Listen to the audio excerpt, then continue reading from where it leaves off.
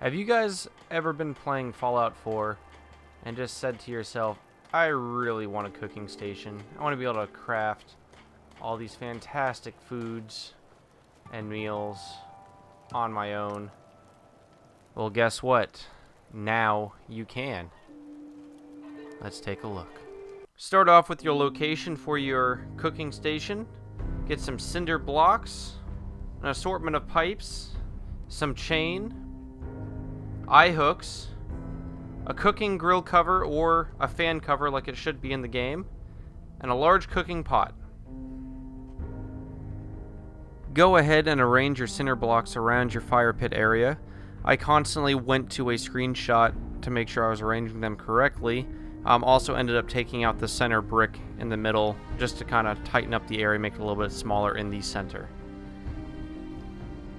Next up, you're going to go ahead and drill the hole in your main upright bar for your crossmember bar.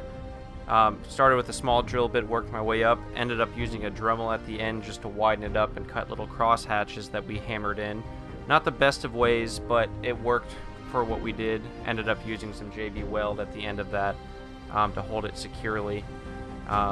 Do recommend using a larger drill bit if you can find one for steel, but either way works. Whichever way will work to hold it in place for you. Once you have your center bar pressed through your upright, go ahead and drill out your eye hook holes. You're going to take six eye hooks total, 3 on each side. They don't have to be perfect, obviously. If you want them to be perfect, you can, but they don't need to be.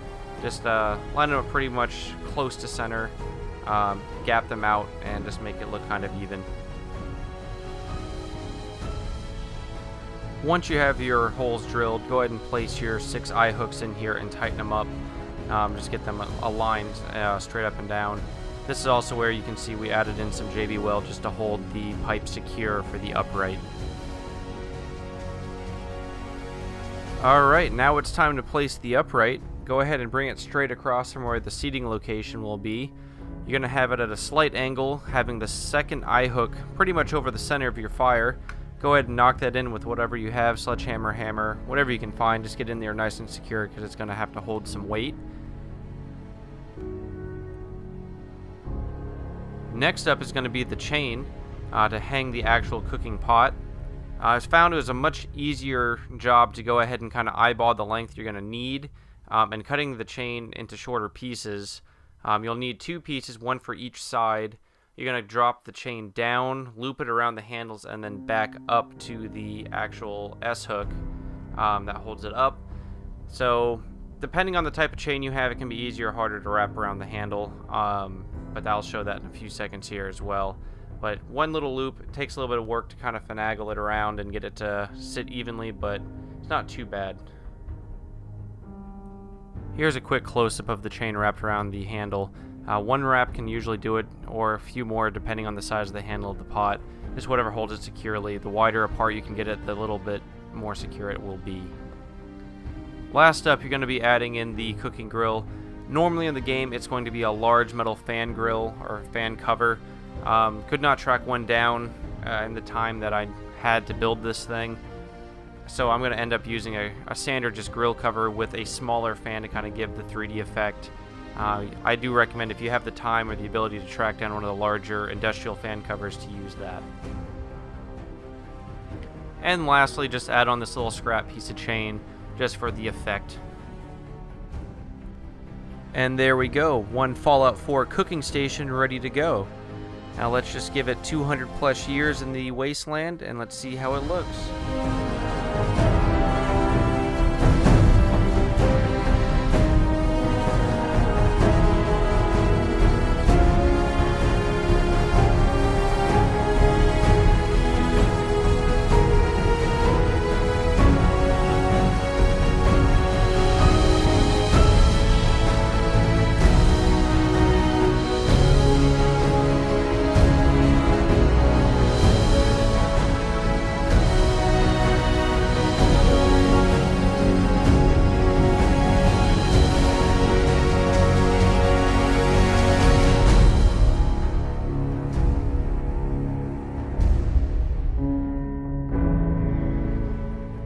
Alright, well that's going to be it for today, guys.